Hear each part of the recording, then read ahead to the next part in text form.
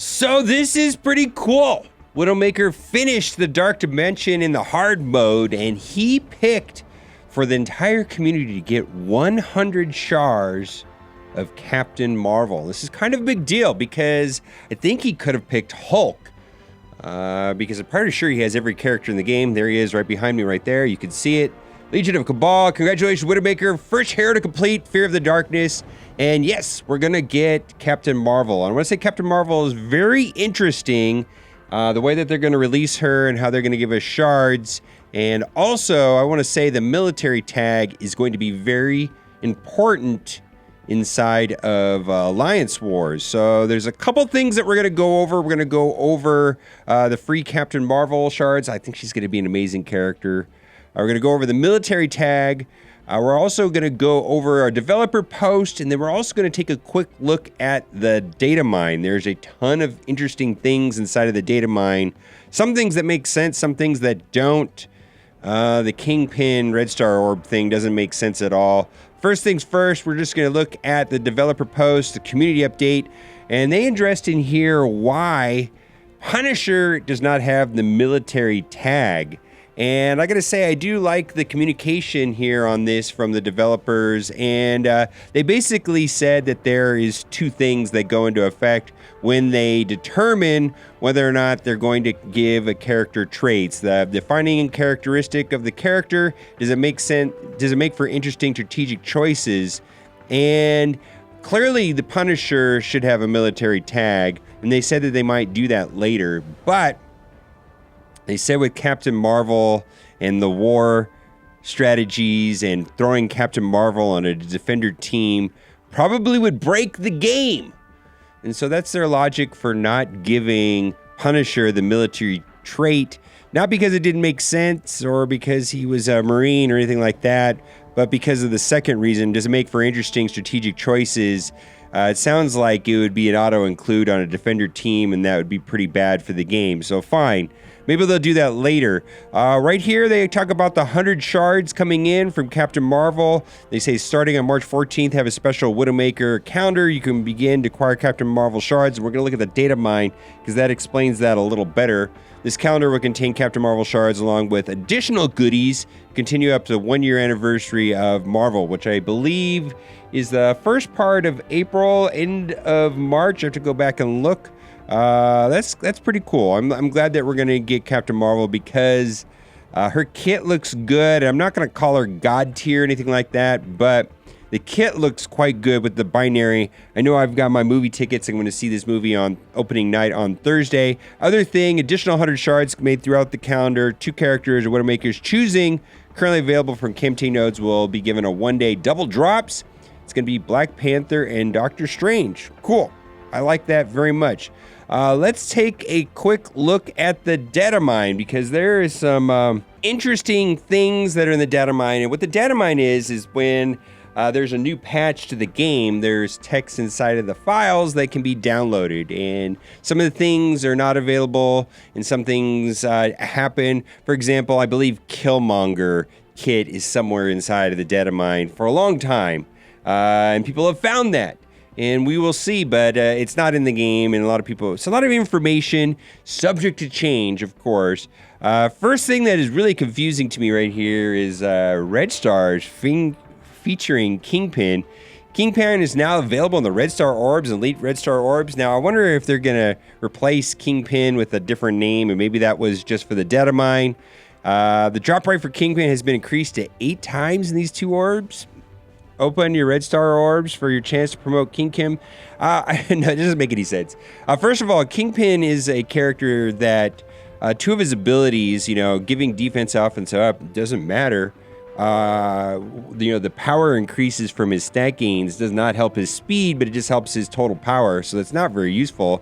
And then his other ability where he summons minions. In fact, minions are the one place in the game that suffer the most from Red Stars. So all the characters got stronger, but the minions don't receive any of the benefits of the Red Star power creep. So minions in general have gotten worse because they're not able to participate in the power creep with Red Stars. So as far as a character getting a 7-star Red Star drop, Kingpin would be one of the worst for sure. Ultima 7, earn ability materials, and this is kind of interesting. Take on the toughest enemies yet. My goodness. Squad level 75, gear level 12, ability level 7, red stars 4. So this is suggesting that we're going to get a ability cap increase from 70 to 75. So the gold crunch will likely be in full force when we go to level 75. That is going to be the biggest thing. I'm not looking forward to that. I personally feel like I've kind of caught up in most of the characters, and I know a lot of people still feel like there's a strong gold crunch, but I gotta tell you, when both raids are running and the secondary raid is running, do get those gold orb fragments from the secondary raid, the alpha raid or the venom raid or whatever. That is very helpful in alleviating the gold crunch in a lot of ways. Then also in the data mines, it talks about the Widowmaker tag, and so this actually happened in the game. And then this is the main thing that we want to talk about right here. Earn Captain Marvel. New reoccurring milestones. Reoccurring milestones are updated with new rewards and a new cadence. So these used to be like every 3 days. Milestones will now be daily instead of every 3 days and include the exclusive new character, Captain Marvel. And the milestones will be High Roller Solo, Spin Gold Daily. I wonder what... I want to see what the numbers are on this, but I'm going to hope for the best. Save the word solo, spend campaign energy over 3 days. World Warriors, win battles and arena raids and blitzes. Now, hopefully it's not like to get the max rewards, you have to spend 1 million gold or something a day where you just absolutely have to spend money. I don't know about that. And then this is very important. Alliance War is coming. Prepare your teams. Be on the lookout for weekly tips on how to prepare for Alliance War. This week's tip, harness the power of the military trait. Characters with the military trait gain additional bonuses during a war. It can be a vital way to bolster your offense and defense. Currently, military trait roster is Captain Marvel, War Machine, Captain America, Winter Soldier, and then Record a War Specialist today game, the upper head. Need help improving military character? Take advantage of the War Countdown offers running every Saturday until war launches. So I know a lot of people are scrambling to get these characters upgraded. I will do that when we need to. War Machine's kind of weak. We're going to get the Captain Marvel unlock, which is nice, through the calendar rewards. Over a month is going to be my guess. And they're going to be special bonuses. Now, the main thing about Alliance Wars I want to say is that, it's been coming for a year now, and people have talked about it for a long time. It looks like there's going to be different levels of involvement and different ways of setting up it. And I'm not going to get too detailed into Alliance Wars because guild leaders and probably a handful of people in your guild will take charge and set up the defenses and how it's going to work, because there's going to be rooms and things like that. And I think it's going to be fairly complicated. And that might be good for the handful of people in each guild that do that. But for me, I probably just want to take instructions and not worry about what room gives what bonus and who to place where. I'm just going to say, yeah, tell me what to do. That's fine. I definitely will make videos about that 100%. And I'm just excited that we're going to be getting a new mode. I hope that it is not a spend fiesta where you're just kind of forced into buying healing or potions, or if it's a straight pay to win. I hope that the winner of the Alliance Wars is determined by, roster size and matchmaking and strategic advantage and coordination, rather than whoever just spends the most money on healing and things like that. That would be kind of sad. We'll see what happens with that. I'm optimistic. It seems like the level of communication from the developers has been amazing, and I do like what they're doing. Also, there's a breakdown of the post right here.